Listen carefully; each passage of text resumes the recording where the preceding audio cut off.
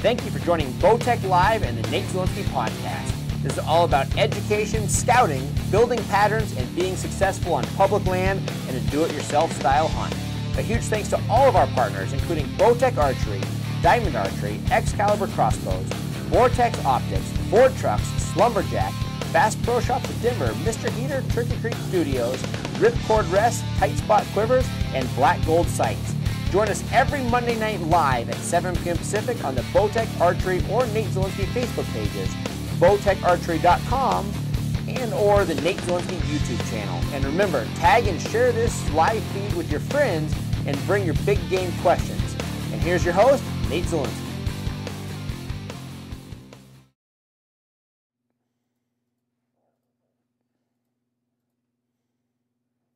All right, welcome. Guys, really excited to be here today. Again, I'm Nate Zelinsky. Thank you so much for tuning in tonight. It is the heart of hunting season across the country. A lot of animals are hitting the dirt. It's been an amazing season so far. It seems like it's been an amazing season everywhere. Again, the deer count continues to go up. More big bucks have been harvested than anything I've ever seen. A lot of big bulls are going down. We have a personal bull going down that we're going to show you footage of here in a second, so we're really excited about that. Again, like we just talked about, if everybody's on Instagram, we're going to be showing a lot of videos tonight.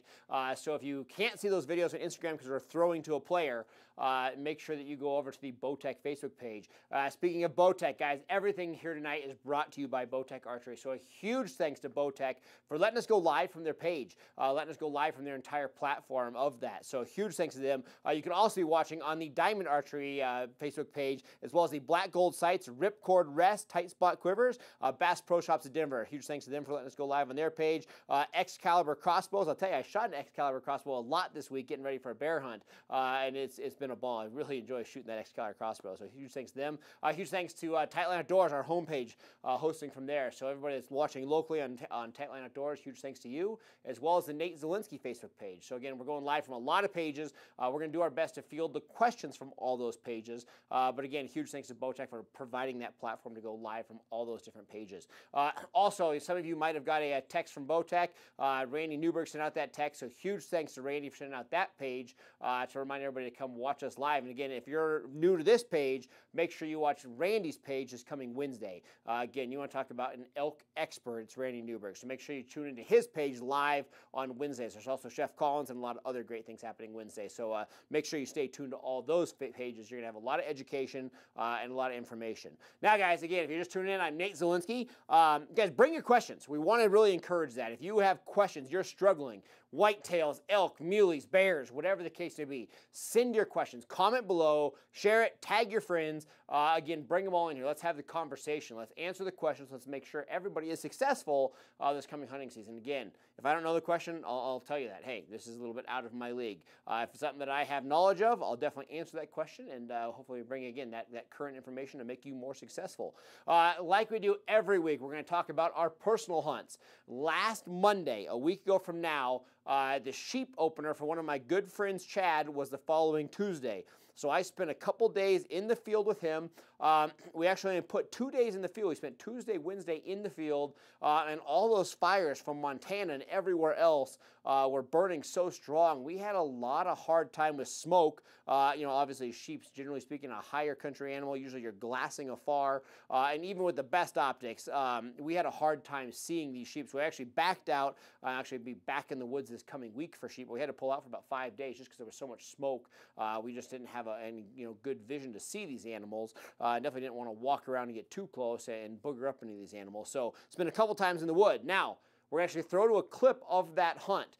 We're going to talk about this unit. Most sheep hunts and most sheep hunters are used to dealing with extremely high elevation. You have opportunities to hunt, 10, 12, 13, 14,000 feet. And generally speaking, these sheep are well above tree line. They feed above tree line. They bed above tree line.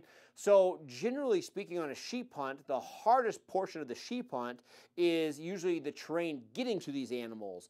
In our situation, we don't have that much tree line to hunt these animals. And most of these animals are in lower lying country. They're around rivers, they're around rocks, some of them are in burn areas. It's a tough unit, somewhat a lot of times you can get a tag somewhat easier in this unit. But so far in the past, I don't know how many years, 15 years that there's been sheep tags, I don't believe there's ever even been 2 rams killed in this unit. There's a couple tags available, but it's a hard unit. Again, the success has generally been 1 sheep per unit. It's not a super high success rate. It's rough for the fact that they live in timber. They live in canyons. It's not a traditional sheep hunt, so it's tough. Now, we're going to pan to a video here real quick. This is opening day. So again, opening day, starts at 6:05, I believe, was legal shooting line on that first There's day. The biggest and right here, we have a sheep. So this is a ram 5/8 curl, probably a little better than half. He's heavy, but he's not crazy heavy. We're actually going to throw a picture right now just so you can see the picture of this animal. Again, if you're on Instagram, go to the Bowtech page, Facebook page, and you'll see all these videos. So right there, you can see that animal. We'll give you time. You can zoom in, touch that screen on your phone, on your device, zoom in on that.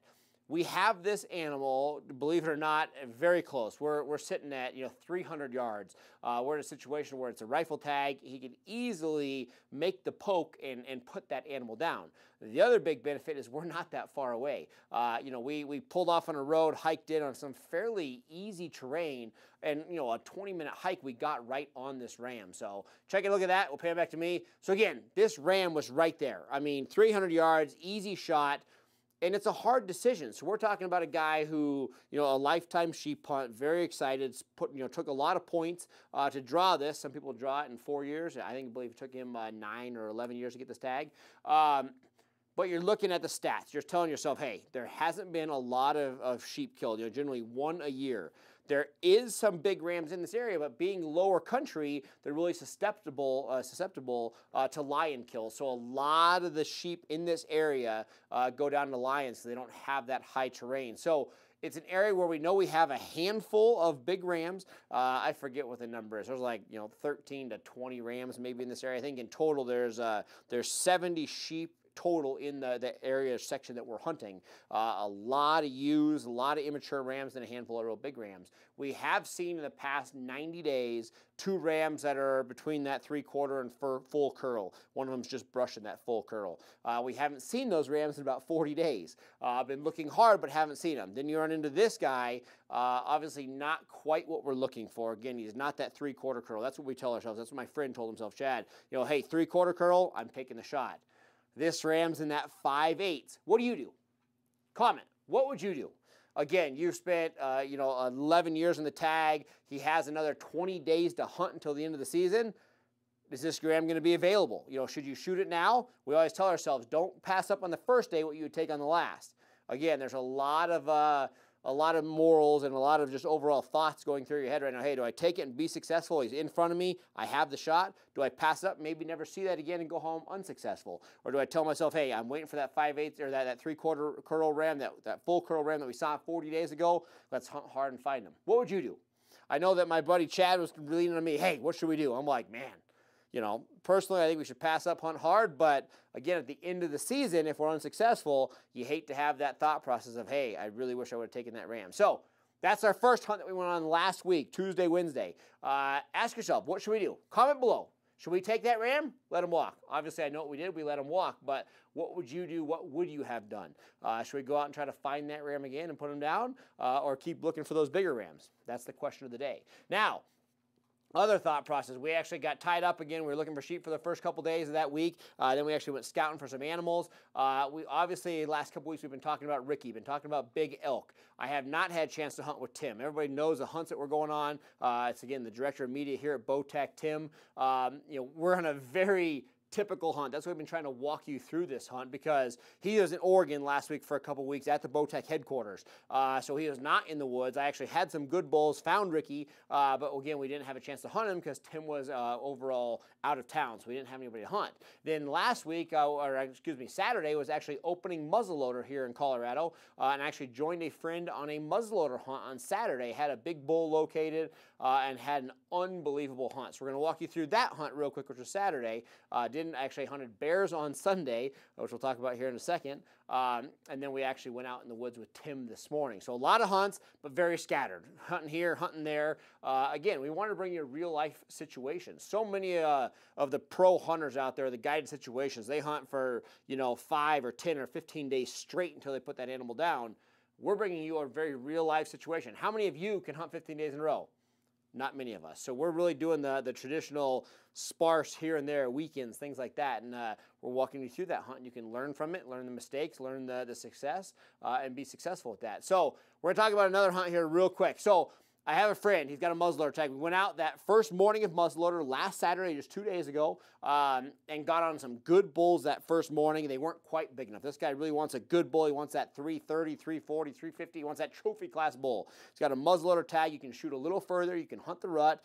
You can take some shots that are kind of awkward per se. You know, you can shoot just different angles on them. You can shoot that quartering to you, that quartering away. You get a lot of little perks that you can't maybe get with an arrow. So we went out Saturday morning, got on some animals, didn't quite happen. Then I'm actually sitting here, sitting really high, and we're covering ground, looking through optics. It's like 2:30 in the afternoon. So I'm looking through the Razor spotting scope right here, the Vortex Razor, and we're glassing this high country, you know, tree line and stuff just a little bit below it.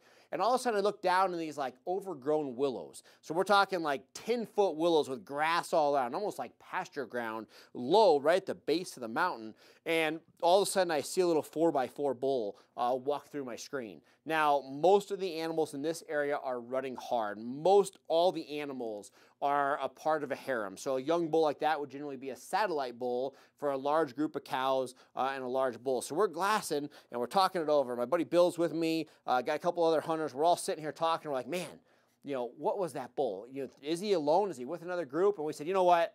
Let's go check it out. So we tore off the mountain, went the 2 miles down to these willows, and we got into these willows and we started walking through, and all of a sudden we start getting into elk. You know, and everything's close quarters. It's big, thick willows with grass around it.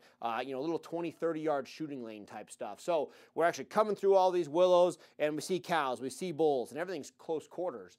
And all of a sudden, it starts raining. I mean, raining, cats and dogs. So unfortunately, our 4K camera, which you're looking at right now, you're watching me on right now, had to put it away. So we don't have great footage because it was raining so hard, just not good conditions. But this is real life. We're not filming a TV show. We're not Hollywood. You know, so we continued with the hunt, using cell phones, using GoPros, trying to do everything we can to get some footage. Regardless, we're into elk.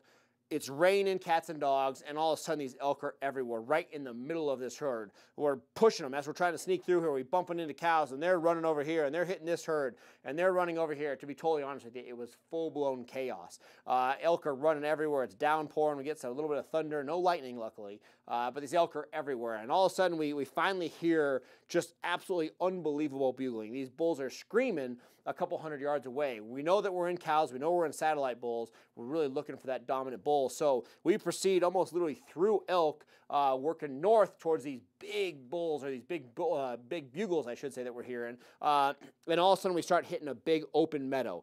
In that meadow, literally there's 50, 60, 70 cows. Snowy sneak up right to the edge, and unfortunately I don't have footage of this, but right in front of us, 30, 40 yards away, 50, 60, 70 head of cows work through, young bulls, and then a mature bull, about a 270 class bull, nice 6x6, walks out with these cows, actually presents a shot, but we know there's a bigger bull in the area. We hear him screaming. There's another bull, very dominant, just to our side, so we sit up literally next to this bush, to where we're sitting there. We have 70, 80 cows or animals, you know, between the bulls, satellites, and cows over to our right-hand side at the far end of this meadow. And then we have another bull screaming hard with some cows just to the left. Now, we're set up here. Literally, I'm sitting here, you know, next to my buddy with the muzzleloader, and all of a sudden I can peer around just to my left, and I can see cows, and I can just see tips of antlers. So I'm like, man, the bull's right there. I said, get ready. And my buddy looks at me and goes, hey, did you forget I'm left-handed?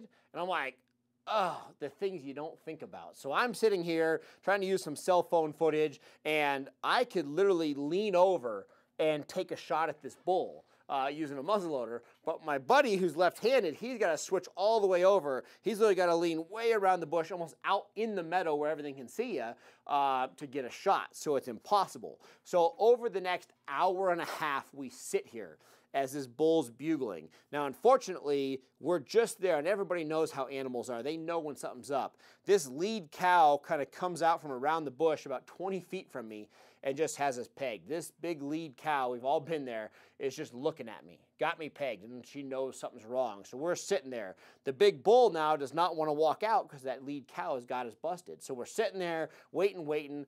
all of a sudden, all these cows start coming back from the other side, and all of a sudden they all start looking at us because this lead cow's looking at us, and it kind of unfolds for there. Now, I'm going to throw to a clip here real quick. This is right before these cows come back out, so you can hear the cows talking. We're going to throw this clip, but I'm literally sitting here. We have one big bull off to our left, and we have other bulls over the other side.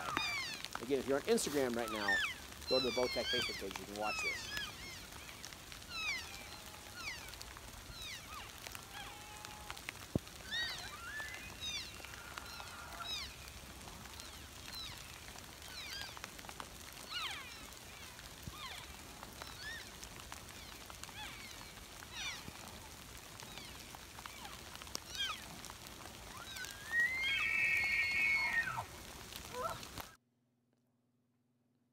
All right, so there you have some shots. So in that situation, you can actually see for a second, you could see a bull crossing the meadow. That was that 270, that nice 6x6 kind of running back and forth. Now, 5 minutes after that video, again, to explain the situation. Sorry, we don't have video footage. It was really rough, raining so hard. We have all these cows on the one side. We have another herd on this side. There's elk everywhere. And again, all these cows come filtering off from that right-hand side, and they all meet right in front of us. I mean, 20 yards, we have an entire field. That field that you just saw in that video is full of elk, and here we are sitting on the edge of it. We got 2 lead cows at 20 yards looking at me, and all of a sudden, it just breaks loose. These cows know something's wrong. They start stomping their feet. We have a little satellite bull barks at us, and all the animals almost, not really say trotting, but they all start turning to leave. At that point in time, I knew it was a do-or-die moment. So at that point in time, I sat up, I grabbed my bugle tube, and I bugled as loud and hard as I can. I started cow calling, literally going crazy, something you should never do on these calls, but again, it's that do-or-die moment. So I sat up, I moved out of the way, I told my buddy Bill, I said, hey, pull over here, get ready. I started cow calling this big bull, this big 6, and he's actually crazy, the big giant 6 on his one side, and on his left side, right on his third point, he's got a hole, almost like a candle holder. I mean, a 1-inch diameter hole that goes about 3 inches into his horn and created a big knot, and then he kind of grew from there. So he's kind of a little goofy on the left, but still a 6 on the left. So this big 6x6 bull comes running out to figure out what's going on. I'm bugling, I'm cow calling. My buddy slides over, and literally like it was meant to be, 50 cows kind of step to the side, and there's the bull. Perfect shooting lane, no cows on either side of it. My buddy literally squeezes off a shot in a half second, and boom, connects. Devin, let's throw to what we connected to. Again, if you're on Instagram, pan over. Right there, guys, absolute mega bull, opening day of muzzleloader. Again, we always talk about the revenge season. You know, when you've had a hard time during archery, that muzzleloader comes in and just whacks them. Now, a lot of us maybe not like the muzzleloaders just for the fact that, you know, again, it's right in the middle of archery season in a lot of the different states, so some guns going off, put some additional pressure and noise on the animals. But regardless, in this hunt, it was a blast, and I wish I had better footage of it. But again, you can see that bull right there, just a big mega 6. Good fronts, good thirds, great swords. Guys, it was a ball. It was a fun hunt. So again, in total on that hunt is about 2 hours of these animals screaming. Now, the moral of the story, we always talk about personal hunts and the education that comes with it. This personal hunt was a situation that we had rain. We were watching the weather. We had cooler temps. We had rain. We always talk about how rain can mess with herds. Anytime that you have rain, it's going to make hearing harder. So the second you kind of tamper with the animal's natural instincts, all of a sudden it rains, again, they can have a hard time hearing it. It can mess up the cows. The cows start spreading out. They start to panic. The bull starts bugling harder to pull those cows in.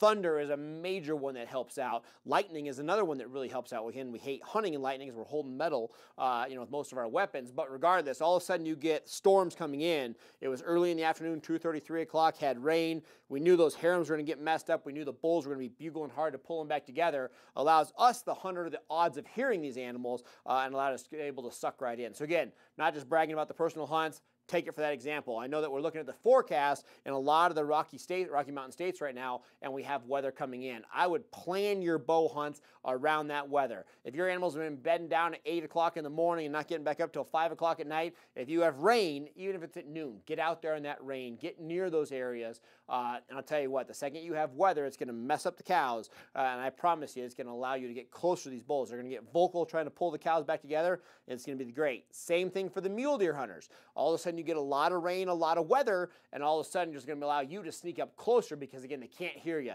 Their vision's a little weak. They get a little nervous, and a lot of times it allows you the odds to get a little closer, so keep that in mind. Now, that was this weekend. Now we're talking about today. Our buddy Tim, back in town, back from the Bowtie headquarters, met up this morning and said, hey, man, let's get together, let's go out.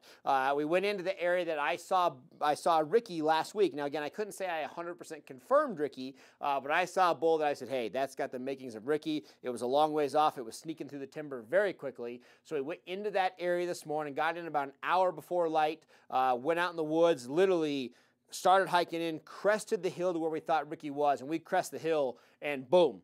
The animals are screaming. We have a bull that is growling. He is chuckling. He is bugling hard. So we got as close as we could in light. So we got about 100 yards from this animal in the dark, and we just kind of stayed with him. This bull started feeding uphill to where he's going to put his cows to bed. We stayed the best distance possible. It got light out, and all of a sudden we found ourselves, in these open hillsides, kind of scrub oak. Again, not hunting real high country. And all of a sudden this bull is there. Again, we can't sneak up real close because we're out of cover. Essentially, we're in grasslands, like hunting a meadow.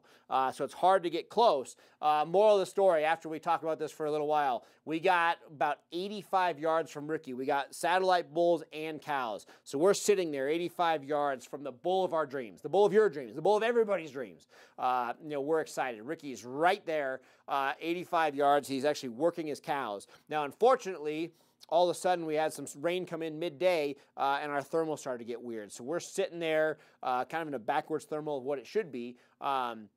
Instead of sucking straight down, it's kind of side hilling. And all of a sudden we start getting some weird thermals, and all of a sudden the cow kind of starts knowing what's going on. I can't say that the cow really busted us, but you can tell the cow's kind of getting uneasy. At that point in time, it's a do or die situation. So we had two options. We can go up and around to where we literally have a little knoll and we can get right to where we can take a shot at Ricky. But unfortunately, we knew our wind was swirling. We were afraid that when we get to the top of that hill, that wind would suck right down to where Ricky's at and blow him out. So we were very concerned about that. Or we had the option to try to do a really soft, subtle cow call, hoping that he would think that he left a calf behind and would circle around to get it. Now, we also knew that this is playing with fire. Last week's show, we talked to you about making an introduction, how it's rude to go into somebody else's home, being an elk's home, and just come and barging in and start talking. You always like to introduce yourself first. In the elk hunting world, we usually like to start off 150 to 200 yards away, and we start calling from that point and work our way in. We're already at that 90 yards, 100 yards. All we needed Ricky to do is to swing in on that outer circle, get us to that 60-yard shot where we know we have a very comfortable shot, and we could take that shot. So we decided, hey, we've never called to Ricky before. We have no idea how he's going to act. But we're going to do it. Again, we're too worried about our wind going the other direction. So right when Ricky kind of went over a hill, we had cows that weren't quite looking at us. We did a real soft cow call, hoping to be kind of that, again, that lost cow kind of coming in from the back of the herd. And I'll tell you what, it did not work. We now know that Ricky is not a bull that we're going to call to ever again. We're not going to bugle to him. We're not going to cow call to him. But regardless, we did a soft cow call, and all I see up over the other side of the hill is this massive rack. And Ricky, unfortunately, said, no, we're not going to do that. So he gathered his cows, and he pushed them on. So I'm going to throw you a quick clip of Ricky going the wrong direction. Here's a clip of Ricky not coming into the call. Yeah, and you can see right there. There is Ricky. Now, guys, he's a long ways away through the spotting scope. I'm very shaky because, again, I was not planning on using the spotting scope. He was at 100 yards. We were planning on looking through a bow sight and letting an arrow fly. But as he's kind of walking away, I ripped out the spotting scope, threw the camera on it, and there is Ricky. You can see giant fronts, great thirds, super heavy, super wide. And he's got that notorious sticker point coming off that right antler. So again, that right antler, he's got that notorious sticker point. You can see right there walking away. Again, not the direction that we were hoping for. But there is Ricky. I'll tell you, he is a freakishly body bull. A lot of people are going to see that and be like, man, I don't know how big his antlers are. You know, he's one of those bulls that is not going to be fun to carry out, and I really hope I get that opportunity for him to wear me out as we try to pack that bull out. But again, that was Ricky. Now, in that situation, you can see there, he's actually went right back to rounding up his cows. So he, after calling to him, he pushed about 400 yards away and went right back into bugling, getting his cows together. We actually could have dropped down there and pursued him again, but we hunt public land as if it was a private ranch.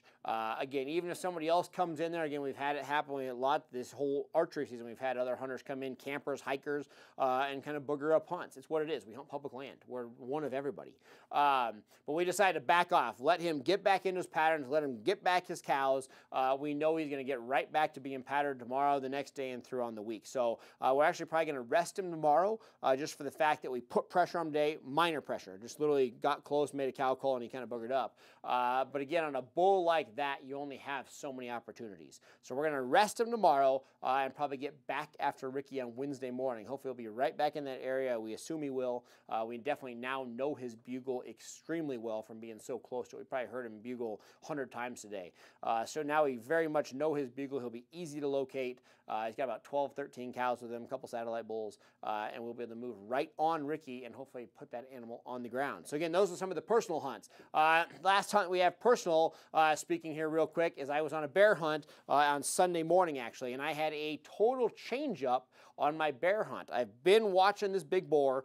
He's a great bear. He's been hitting some water. He's been hitting raspberry patches. I had a great pattern. I've been waiting for good wind. We had some colder thermal Sunday morning, watching the weather. I knew we were going to have cold thermals. I knew I had good wind, so it was the first day actually sneaking in on this bear. And unfortunately, I get in there. I'm set up. I'm ready. I know where the water's at. I know where the raspberries are. Usually he's coming in for that morning drink. After he's been feeding all night. And I actually kind of walking in, or getting set up, I should say, just off to the side of me, I actually see the bear, just a glimpse of him, actually going the other direction. Total breaking his normal patterns of what I have on the trail cam, what I've seen. Couldn't quite figure out what was going on, but the bear did not come towards me, boogered up, and I was like, man, I couldn't figure out what was going on. And all of a sudden, as it got a little more light, all of a sudden I start hearing all the birds, and all of a sudden something's dead. I sneak over the hill a couple hundred yards away, and actually an archery hunter had harvested a cow. Packed everything out, everything was great, but there was a carcass from a no-mess field dress in a gut pile, and that bear had changed up his normal pattern just for the chance that this bow hunter harvested an animal in that area. So it blew my whole pattern. Had I known that that pattern was there, I probably could have set up to where he was going towards that carcass instead of going towards his watering hole. But regardless, saw the bear, got close, but could not make that connection to actually get the shot off on that animal because of his changing of patterns. So over the next couple of days, hopefully we can get back in there, adjust to that new pattern as long as that exists, and we'll kind of go from there. So again, those are the personal hunts. Sorry that was very long-winded. Again, every week we try to bring you the personal hunts, everything we learned. So from this week, things we learned, we knew that hunting the weather, hunting rain, thunder, mixed up the herd and definitely brought us success on that big bull that you saw us on that muzzleloader hunt. We definitely had to change up with a bear. Nothing we can do there. Another hunter came in, harvested an animal, which is great for them. Just changed up our pattern. And then lastly, we learned about Ricky. A lot of you have been following the hunt of Ricky. We now know Ricky is not a bull that we're going to call to. Ricky's going to be one we're going to have to sneak up within range and just let an arrow fly undetected. Just let him vocally talk to his cows, hopefully sneak in there and make that shot in that situation. So guys, that's the personal hunts. The main topic that we're going to talk about tonight, guys, is this right here. We're going to talk about optics. The reason for that, every week we talk about kind of hot topics. We talk about things that we've seen on personal hunts, things that we saw over the week. I'm in the field every day. And I got to say, I've talked to a lot of hunters in the last week that are unsuccessful. I've talked to a lot of hunters that have not seen an animal. I've talked to a lot of hunters that don't have a pattern or a clue of what to do next. A lot of guys have changed up. Hey, I just decided to switch this area. I was hunting another area, head's unsuccessful. I'm coming here. Hey, I just got a tag, whatever the case may be. But so many people either aren't using optics, aren't looking far enough, or just really aren't detecting the animals. So we want to talk about that. Optics is the #1 key to being successful when you're out there in the field. So again, if you don't have a pattern, you're brand new, you're coming to a new area, we keep talking about going out early in the morning, listening for vocals. Once it's light out, I'm the biggest fan of going to the high point, going to the highest point you can find, and literally starting to glass. Now, A lot of people use a spotting scope, a lot of people using binos. I use the two together. I'm always going to start with my binos, glass afar, cover more area. Once I start seeing animals, a lot of times I can't tell if it's a bull or cow. I can't tell if it's a doe or a buck. I can just tell that there's an animal there. Then I grab the spotting scope, I zoom in, and I find it. But if I'm actually just using the spotting scope, a lot of times I could miss something because it's such a finer area in which I'm looking. So I always start with binos and then roll into the spotting scope. But the biggest thing is use these to your advantage. Take out the glasses. If you don't have good optics, invest in a good pair of optics. I promise you, it's going to change everything you're doing. Now, again, I go to this high point. Obviously, when I first start glassing, one of the first things I do is I surround my area. So I always look at edges.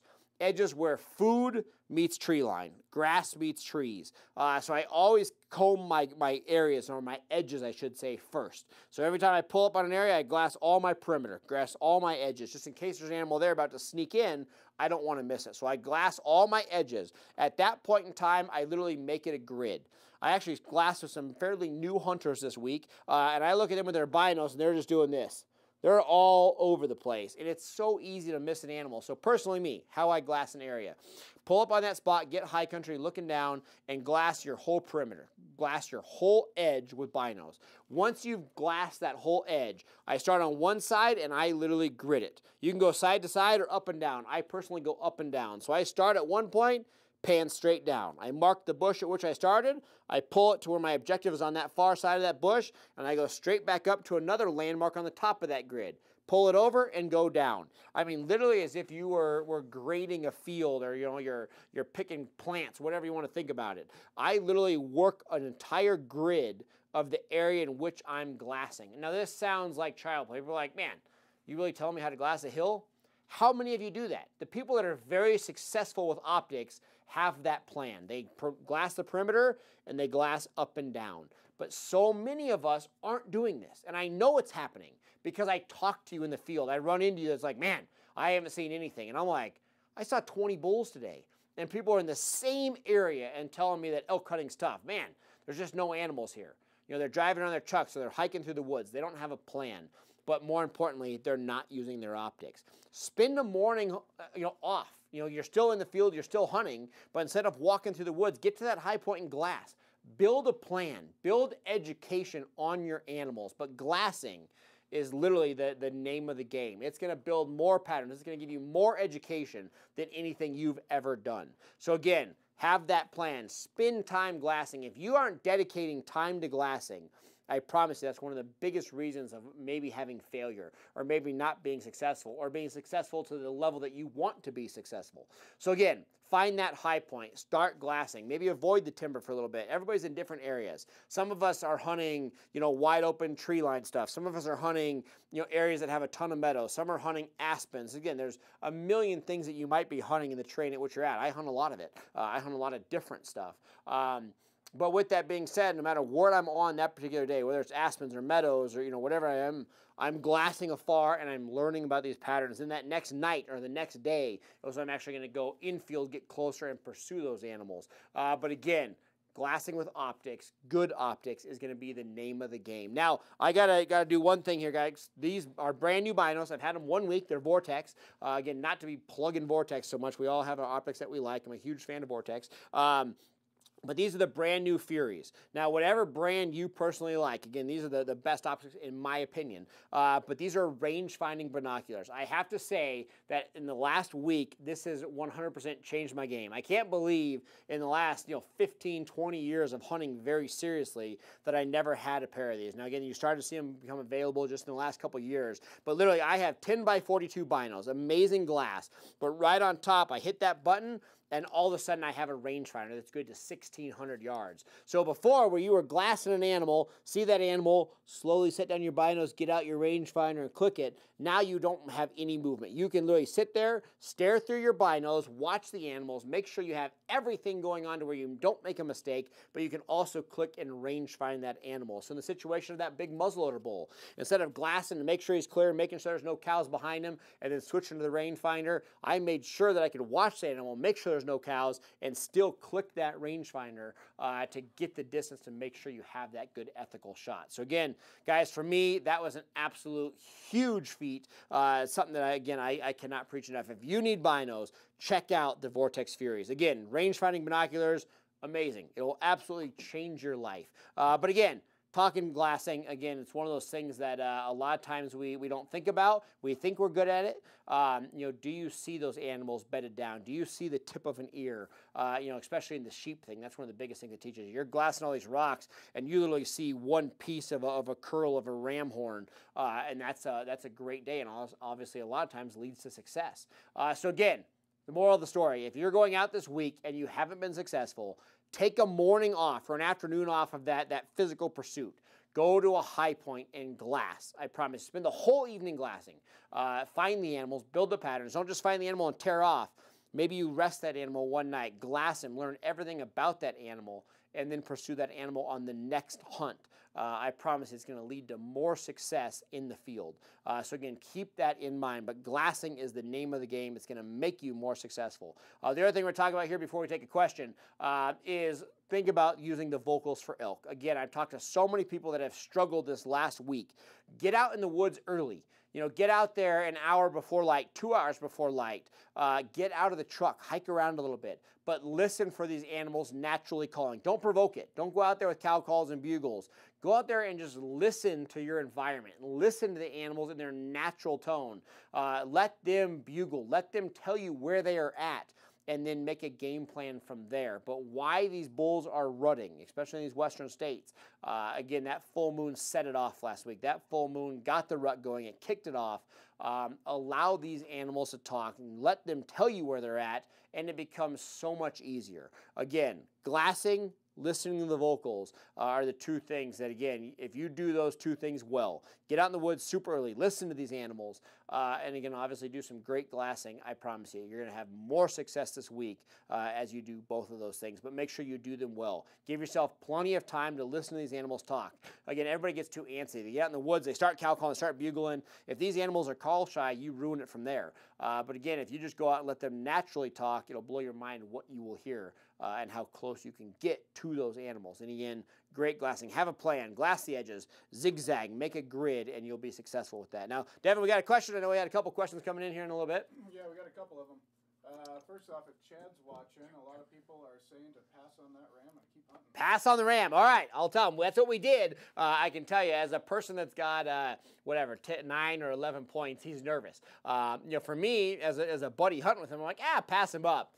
But it's not my tag. When it comes down to it, obviously you'd rather be successful than not. So I know that he's nervous. We did pass it that day, and he texted me that night. He's like, "Do you think we did the right thing?" The next day, when I got back in the woods with him, he's like, "Are you sure we did the right thing?" And I'm like, it is what it is. But we appreciate that. Hopefully we find that full curl ram. Again, we saw him 40 days ago. It's been a long 40 days, but hopefully he reappears here real soon. So. Okay. So somebody who's hunting first rifle season.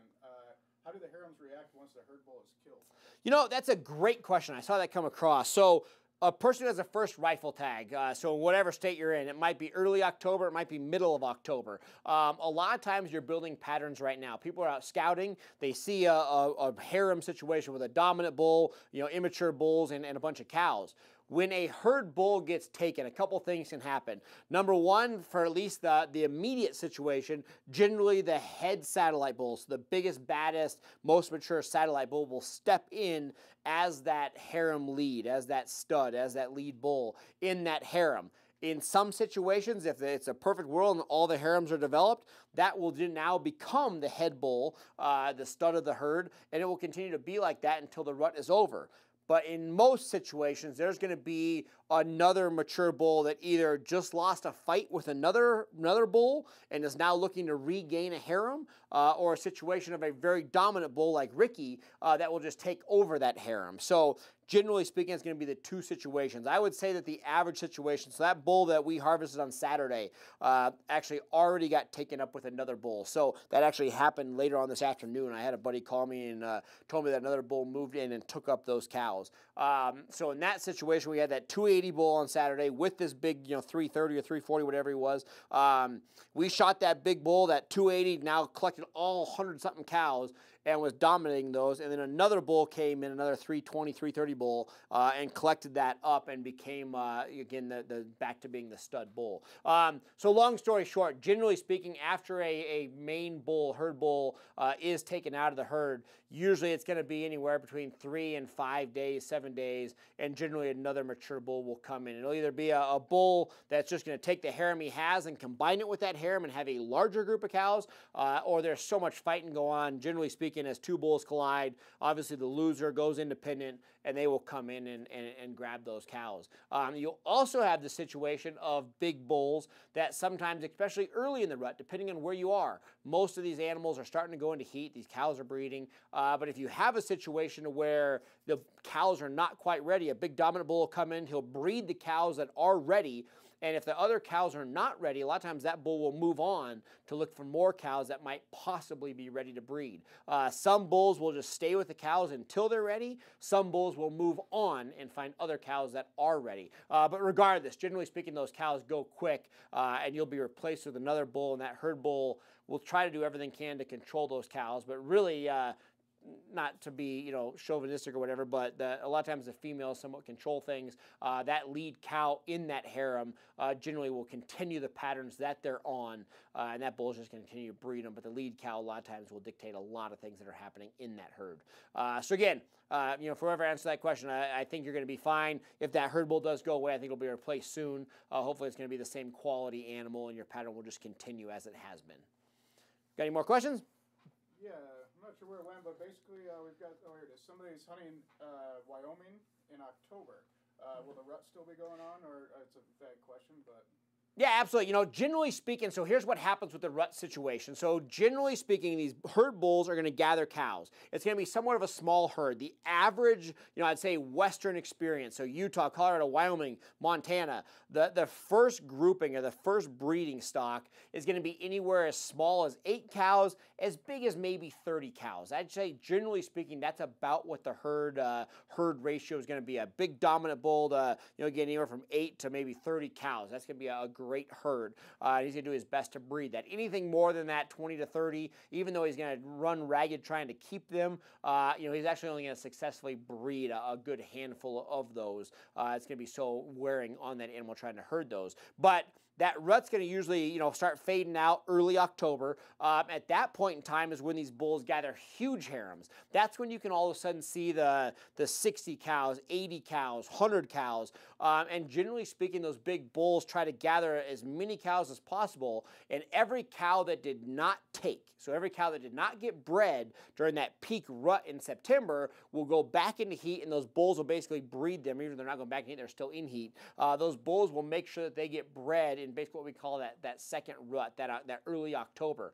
So generally speaking, as long as you are in that October 15th, 17th, somewhere in there and earlier, you're going to have those rut conditions. Now, the one big thing that we often talk about is the second that the guns start going off in that first rifle season. The second the guns start going off, a lot of times those bulls will split from the cows.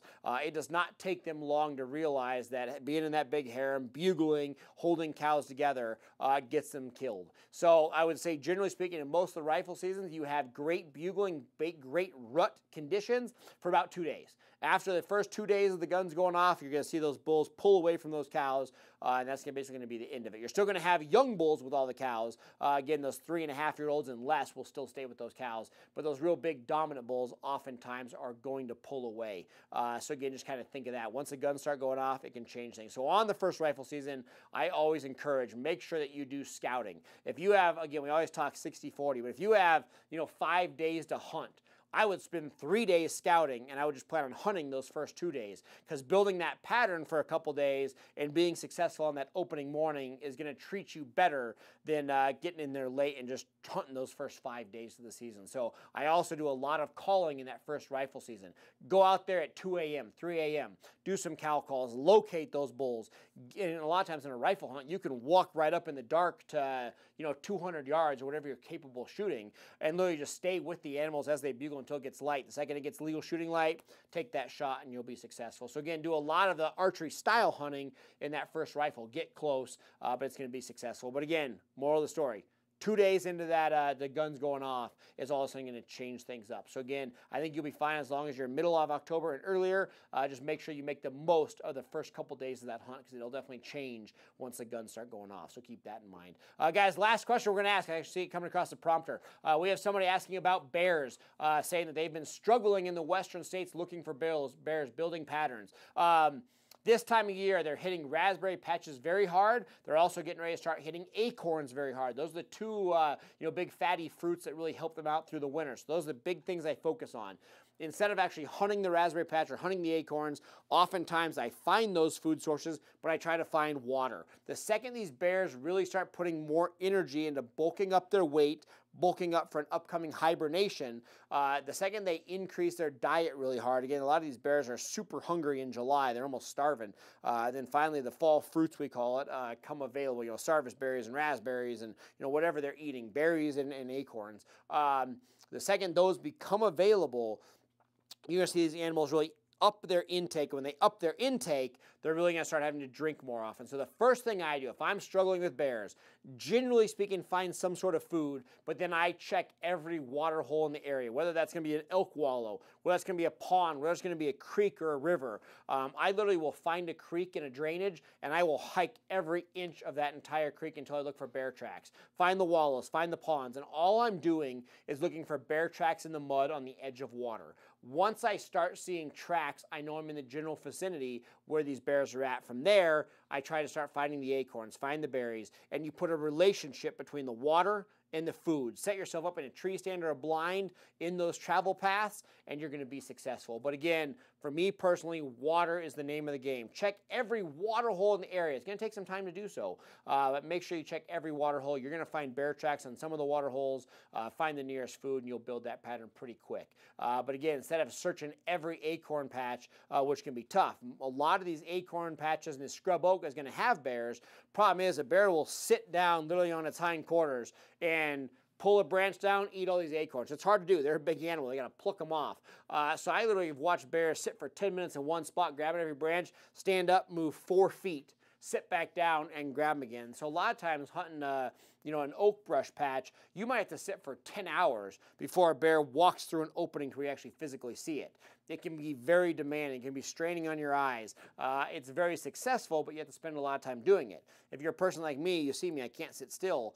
It's easier for myself to hunt water, find tracks, and at least build that confidence that I have a lot of bears in the area, then hunt that transition between food and water, and a lot of times you'll be successful. So search down that water. I promise you it will make you successful. Guys, we're going to wrap it up there for the night.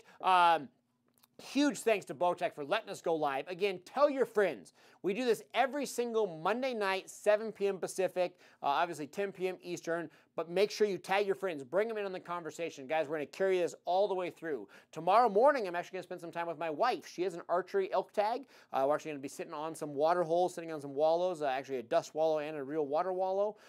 She has a bow tag. We're going to be sitting in a tree stand on that. We're going to bring you some coverage from that on the Nate Zelinsky page. We're also going to be going for Ricky here either tomorrow night or Wednesday with Tim. So we'll have a lot of that footage. We're going to be in the woods all week long. So make sure you stay tuned to all these pages for updates on all those. And if you do want to catch more live footage, if we get some great footage, always text the word WATCH to 313131. Again, text the word WATCH to 313131, and Bowtech will send you a notification when they do have new coverage, new media, new content. So make sure you do that. Guys, there's a lot of stuff going in, so make sure you stay current on all that. And guys, I would like to take a real quick moment. Obviously, it is 9/11. Many years ago, we had one of the most tragic accidents of all time. So I would love to remove my hat, guys, and just take a second in remembrance of everything that happened on 9/11. Again, guys, it was a major feat for this country. I know as a fisherman and hunter in this country, we value a lot of those core values. So again, our hearts go out to everybody that was involved in that. We definitely still remember everything. Also, a great moment to think about everybody that is suffering from all these hurricanes. So guys, keep that in mind. Keep everybody in your thoughts and prayers. Everybody stay safe, and we will see you next week live right here on the Bowtech Facebook page. Guys, huge thanks for everybody. Make sure you watch all the live footage coming up this coming Wednesday. Again, a lot of great stuff right here on the Bowtech Facebook page. Guys, we'll see you next week. I'm Nate Zelinsky. We'll see you soon.